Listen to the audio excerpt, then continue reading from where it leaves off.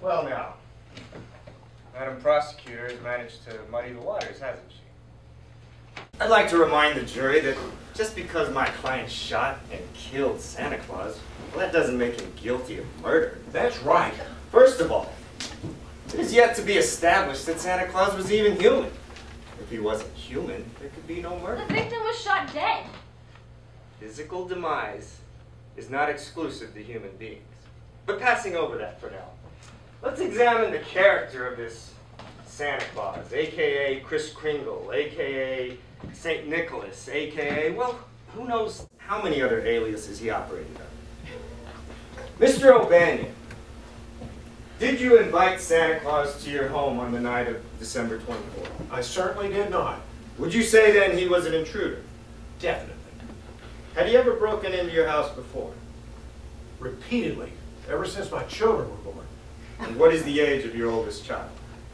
16, and the youngest is 5. So let me understand. For 16 years now, this Santa Claus has been violating the sanctity of your home, creeping into your house, attracted in some perverse way by the presence of your children? Exactly. That must have been frightening. It was frightening. Did you feel threatened? I did feel threatened. Did he take anything during these break-ins? I'll say he did.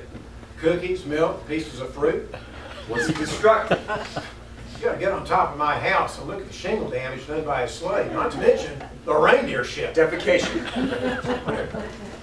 Ah, yes, the reindeer. Were you aware that the SPCA was investigating the maltreatment and at the hands of the deceased? Objection! Relevance? I could just as well point out the fact that when your client blew away Santa Claus, those poor elves lost their home and livelihood. Poor elves is right.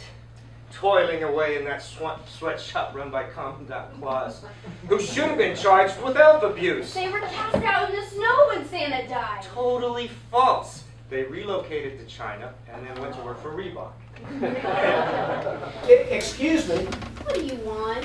have y'all noticed the judge isn't saying anything? The judge fell asleep. Shouldn't we wake him up? And be charged with contempt? You know, when he wakes up, he'll think he presided over the whole trial. Let's get on with it. Oh, that's fine with me. Mr. O'Banion. John, can I call you John? Sure. You bet. John, wouldn't you say that those long years of persecution by Mr. Claus, coupled with your natural state of anxiety in the defense of your family, compelled you to grab a gun and shoot that predatory home invader? I would say that. The defense rests. You may proceed with your summation. Yes, my client shot Santa Claus. He doesn't deny it. But just remember who or what it was he shot. A chronic housebreaker. A criminal trespasser. A vandal. An elf-enslaving, reindeer-flogging stealer of cookies who left behind little wooden trucks and sour balls, all the while taking false credit for bicycles and baby dolls and every red wagon found beneath Christmas trees.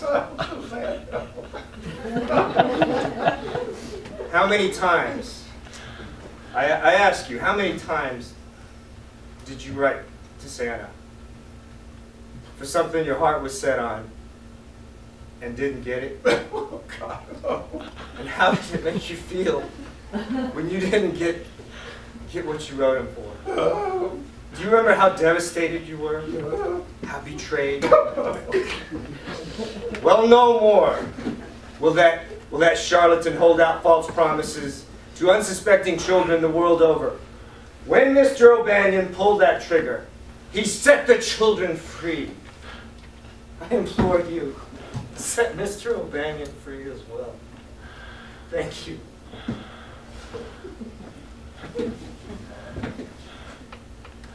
Are we through? Can I leave now? No, you haven't been excused. what do we do now? I suppose we'll have to rouse the judge after all. Oh, right. So you can make the charge to the jury, etc., etc. Wait a minute. What's this? What? Don't tell me you guys came to a decision already. Is this your final verdict? What's it say? What's it say? Justifiable homicide? Yes! Not guilty and Santa's gone for good. Congratulations. I can't settle for this. I owe everything to you. And I'll collect every bit. Believe me, it was worth it.